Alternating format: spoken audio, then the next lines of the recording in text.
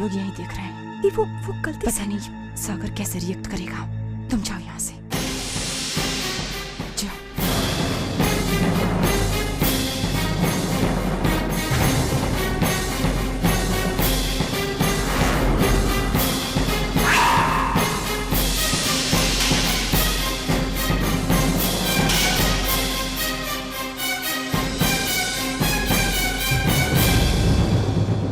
क्या हुआ थी?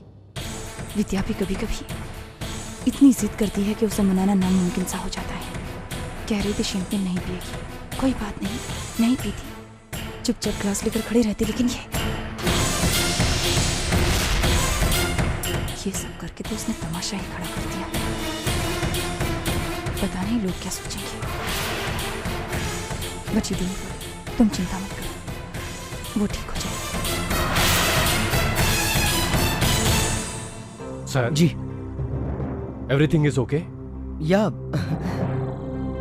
भाभी जी तो ठीक है ना? बिल्कुल, everything fine. Please carry on with the party.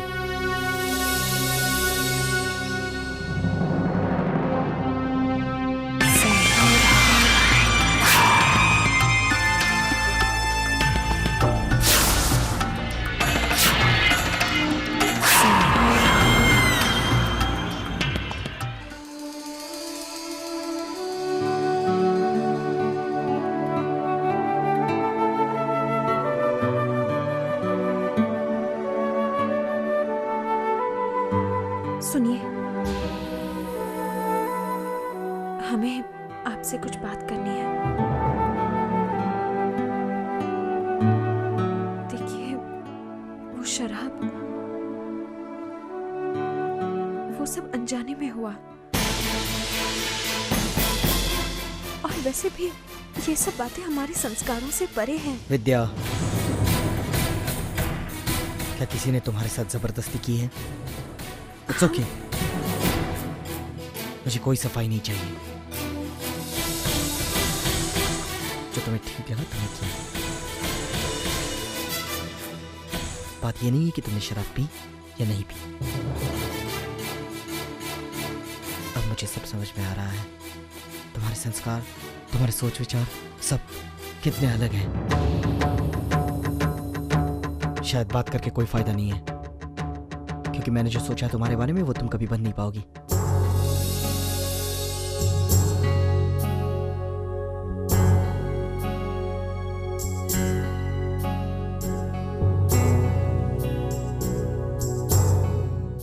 कैसे समझाएं हम आपको कि हम वैसे ही बनना चाहते हैं जैसा कि आप हमें देखना चाहते हैं, और हम कोशिश करेंगे।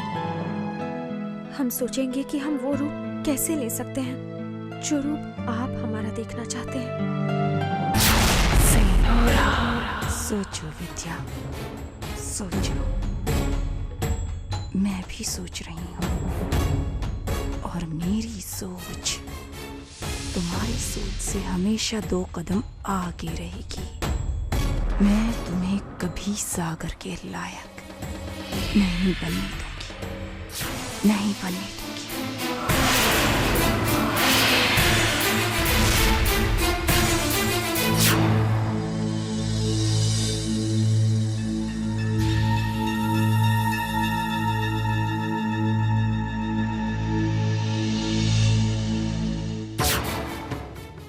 सब समझ में आ रहा है। तुम्हारे संस्कार, तुम्हारे सोच विचार सब कितने अलग हैं। मैंने जो सोचा है तुम्हारे बारे में वो तुम कभी बन नहीं पाओगी। शायद वो वक्त आ गया है कि जहां तुम सोच लो कि तुम्हें आगे क्या करना है।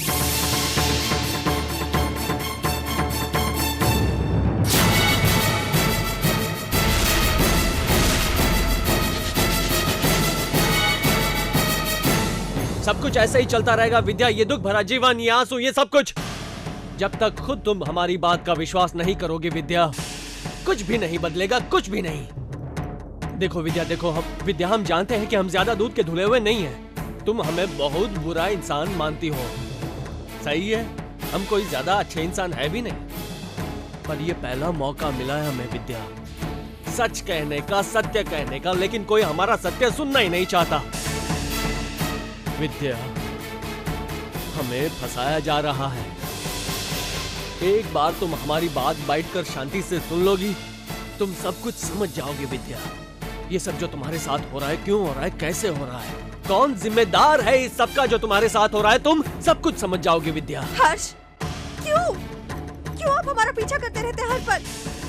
क्यों हमारे परिवार में आप इस तरह से जहर घोलने की कोशिश करते रहते हैं? विद्या, हम सुकून क्या मिलता है आपको इन सब में? आप हमारे परिवार के बारे में सत्य बताना चाहते हैं ना हमें? कौन हमारा दुश्मन है ये बताना चाहते हैं ना? हम बताते हैं आपको हमारे परिवार का सत्य। हमारे परिवार का सबसे बड़ा दुश्मन है विद्या। तुम नहीं हो पर हैं हम सबसे बड़े दुश्मन हैं हम अपने परिवार के। इस परिवार के हिस्सा बनने लायक ही नहीं है। ना हम अपने पति की जिंदगी में आने लायक है, ना हम उनकी अर्धांगिनी बनने लायक हैं। हम अपने पति के सबसे बड़े दुश्मन हैं। उनकी उदासी का सबसे बड़ा कारण हम हैं। और ऐसा ग्रहण है हम उनकी जिंदगी में जिससे बच पाना भी उनके लिए नामुमकिन है। अरे विद्या, तुमने अपना रोना शुरू कर दिया है। एक बार हमारी बात तो सुन लो। हम कहना क्या। बख्श दीजिए आप हमें। देखिए, बहुत दुख दे चुके हैं हम अपने परिवार को। अब और दुख नहीं दे सकते हम उन्हें। अब हम अपने परिवार के किसी भी शख्स के खिलाफ एक शब्द नहीं सुन सकते। समझ रहे आप? अब आप यहाँ से चले जाइए। चले जाइए आप यहाँ। विद्या, हम जानते थे कि तुम हमारी बात पर विश्वास नहीं करोगी। हम जानते थे, लेकिन जाते जाते तुम्हें एक बात बता देते हैं विद्या। तुम कहती हो ना कि तुम इस परिवार को खुश देखना चाहती हो, इस परिवार में खुशियां आते देखना चाहती हो, आने वाली हर बुराई से तुम इस परिवार को बचाना चाहती हो। तो ऐसे में विद्या, तुम्हारा असली दुश्मन को ढूंढ कर निकालना बहुत जरूरी है। तुम समझो, वो असली दुश्मन हम नहीं है। क्या तुम जानती हो कि तुम्हारा असली दुश्मन कौन है? क्यों नहीं जाते यहाँ से? समझ नहीं आ रहा आपको? नहीं है हमें आप पर भरोसा। जरा भी भरोसा नहीं है हमें। हमें तुम्हारी सोच पर तरस आता है विद्या। आज तो हम चले जाते हैं, लेकिन आज ना सही विद्या। एक दिन तुम्हें हमारी बात पर यकीन करना ही होगा। जो टिकट तुम्हें हमारे कमरे से मिली, क्या तुम एक बार ट्रैवल एजेंट को फोन करके पूछ सकती हो कि वो टिकट किसने खरीदी थी? वो टिकट हमने नहीं खरीदी थी विद्या। क्या हुआ भैया, क्यों परेशान कर रहे हो अकेली औरत को? क्यों भैया, आपके पिताजी का क्या जा रहा है? क्या हुआ? जा रहे हैं हम, परिवार की बात है। हम जा रहे हैं विद्या, पर हमारी बात याद रखना। हम तुम्हारे असली दुश्मन नहीं है, तुम्हारा असली दुश्मन कोई और है।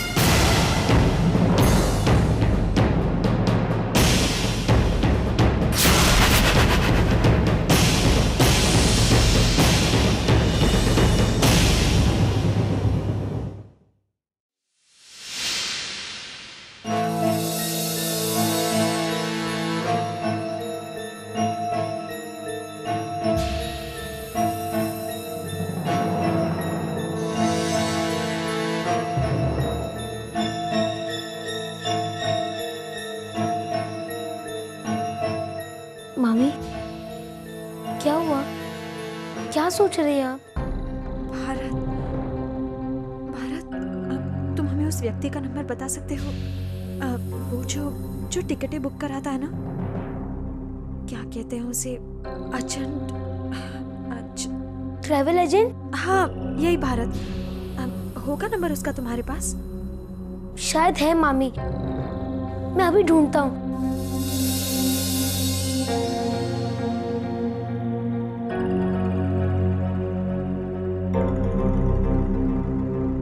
मामी, ये रहा। भारत, एक काम करो ना, आप हमें ये नंबर मिला कर दे दो इस फोन पे। जी।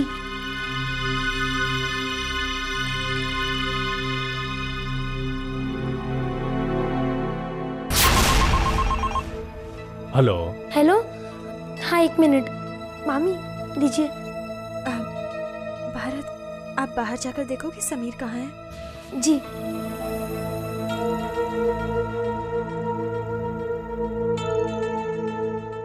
जी नमस्ते, हम विद्यासागर प्रताप सिंह बोल रहे हैं। हम प्रताप सिंह परिवार की दुल्हन बोल रहे हैं। जी, मैं आपके लिए क्या कर सकता हूँ? भाई साहब, हमें आपकी एक मदद चाहिए थी। दरअसल हम जानना चाहते हैं कि आपके यहाँ से कुछ दिनों पहले सिंगापुर का टिकट किसी ने कटाया था। तकरीबन 12 जून। जी, 12 जून थी तारीख।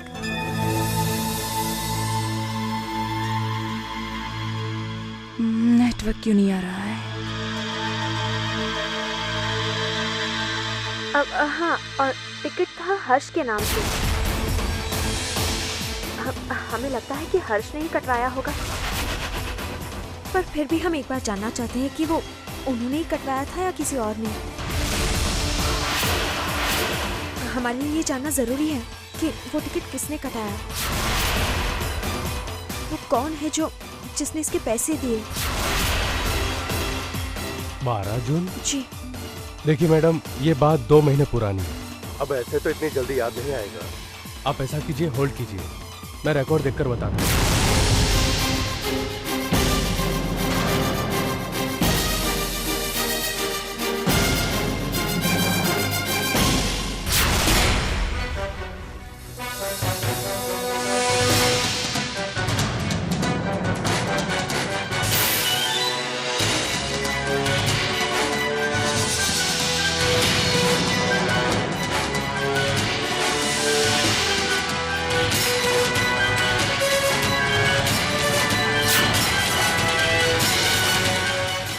ये रहा नाम, मिल गया। जी जी, बताइए किसने कटवाया था वो टिकट? हर्ष ने? जी नहीं, टिकट तो हर्ष जी के नाम पर है, मगर टिकट बुक करवाने वाले का नाम। जी जी, सुनिए,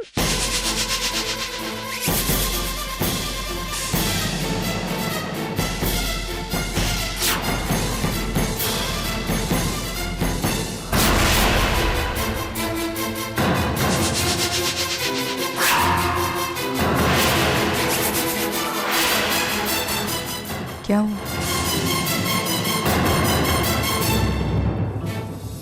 कुछ नहीं दीदी, वो फोन कट गया था, हम बात कर रहे थे कहीं। कोई जरूरी बात कर रही थी किसी से? नहीं दीदी, बिल्कुल भी नहीं, बस ऐसे ही बात कर रहे थे हम। बरसातों के दिन है ना, ऐसा होता है। शायद वायर लूज थी। ठीक कर दिया है, फिर से कोशिश कर रहा हूँ। ठीक है दीदी।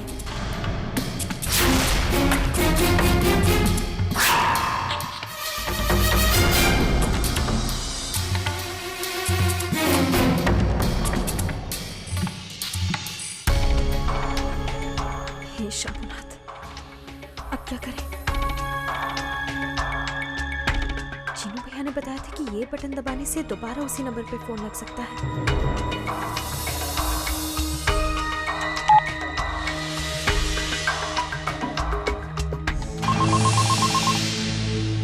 हेलो।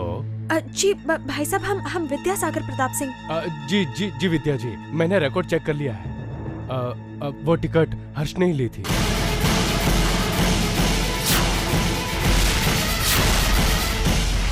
भाई साहब, हर्ष ने ली थी? आपने ध्यान से देखा? जी, मैंने ठीक से चेक कर लिया।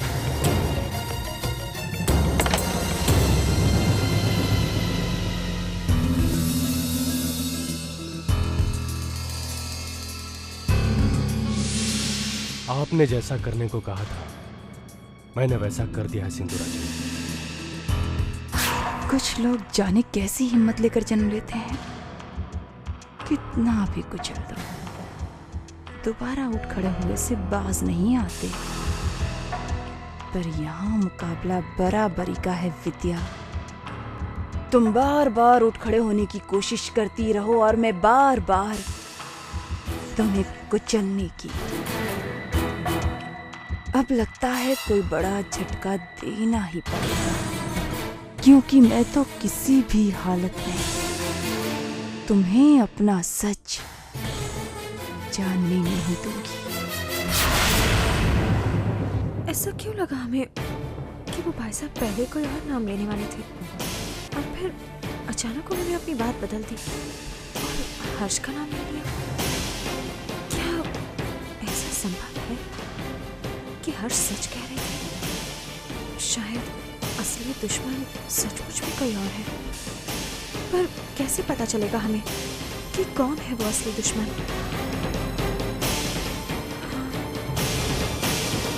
हमारी मदद एक शख्स है जो कर सकते हैं।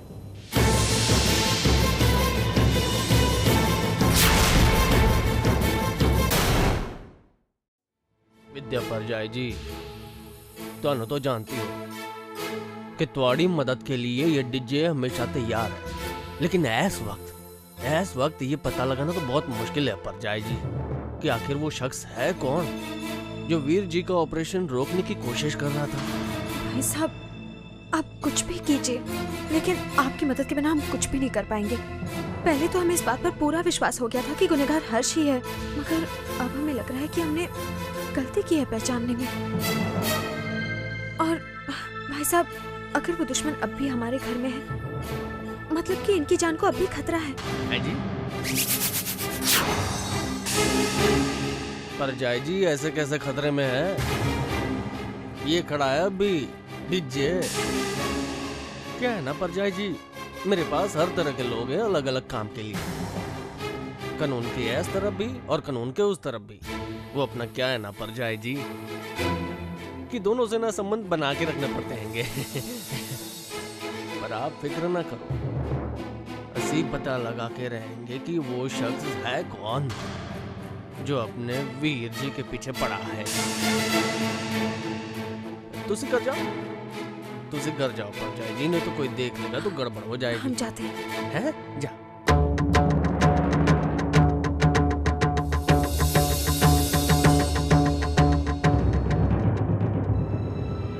हाय सागर, चलो बेटा, बहुत काम हो गया। तुम्हारे सेहत का ख्याल रखने की जिम्मेदारी छोटी माँ ने मुझे दी है। आओ चलो खाना खा लो। बस 5 मिनट्स दी, थोड़ा सा काम बाकी। I just join you. Come on Sagar, काम तो होता ही रहेगा, खाना तो टाइम पर खाना चाहिए ना। वैसे ऐसे कौन सा जरूरी काम कर रहे हो? बस कुछ खास नहीं दी, ये पेपर्स तैयार करवा रहा हूँ। मैं सोच रहा था कि सिंह ग्रुप ऑफ इंडस्ट्रीज के चेयरमैन की पोस्ट टेक ओवर कर लूँ।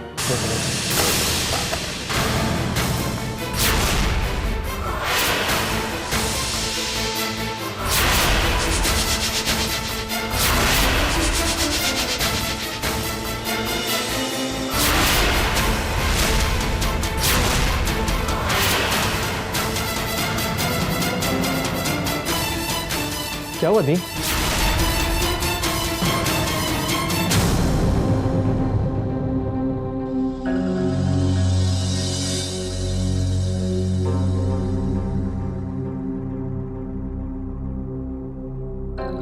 दी,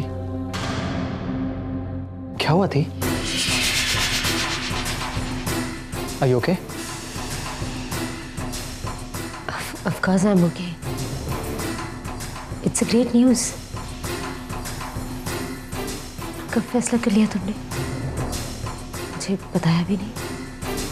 मैंने आपसे हमेशा कहा है ना कि आपने बहुत मेहनत की थी। इस कंपनी को आपने बहुत वक्त दिया है। इतने साल आपने या जीजू ने बहुत मेहनत की। अब मैं बिजनेस संभालूंगा। और अब वैसे भी पूरा वक्त है मेरे पास बिजनेस संभालने के लिए। और है भी क्या मेरे पास अब काम के सिवा। आई होप आप मेरे फैसले से सहमत हैं। सहमत ना होने का वक्त ही कहाँ दिया तुमने बेटा? अपनी धी को रिटायर करने की इतनी जल्दी जो है तुम्हें। दी, मैंने आपको और जीजू को बहुत मेहनत करते हुए देखा है। जीजू मुझसे कह रहे थे कि वो बहुत थक चुके हैं। उन्होंने मुझसे कहा कि मैं चेयरमैन की पोस्ट टेक ओवर कर लूं, जिससे कि वो अपने होम टाउन शिमला जाकर आराम से एंजॉय करें और सेटल हो जाएं। तो बस मैंने सोचा क्यों नहीं, I'll take it over। अब आप लोग आराम करेंगे और मैं बहुत काम करने वाला हूँ। अब मेरी बारी। Excuse me sir. जी सर,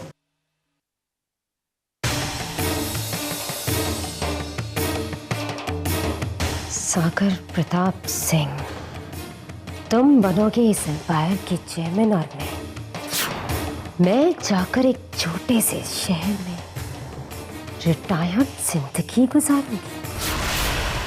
मैं सिंदूरा जो आज तक इस एम्पायर की सब कुछ थी, जिसके बिना इस बिजनेस का छोटे से छोटा फैसला नहीं लिया जाता था। मैं नहीं सागर, मैं ऐसा कभी नहीं होने दूंगी। पहले भी एक बार तुम्हें ऐसा करने से रोका था मैंने, तो आज एक बार फिर रोक सकती हूँ। क्या सोच रही हैं आप?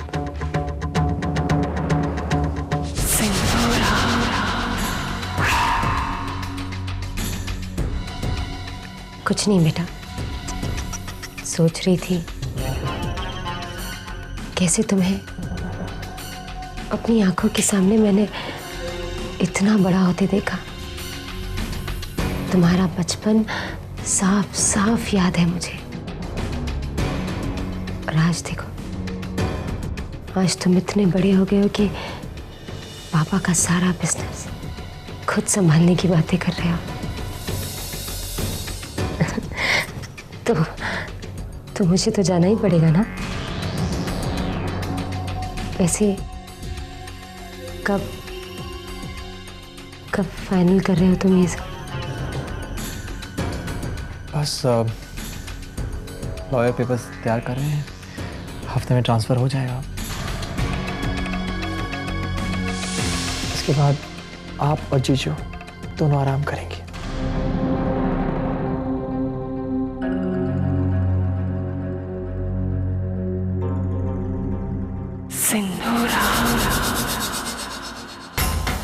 Not so soon, my brother.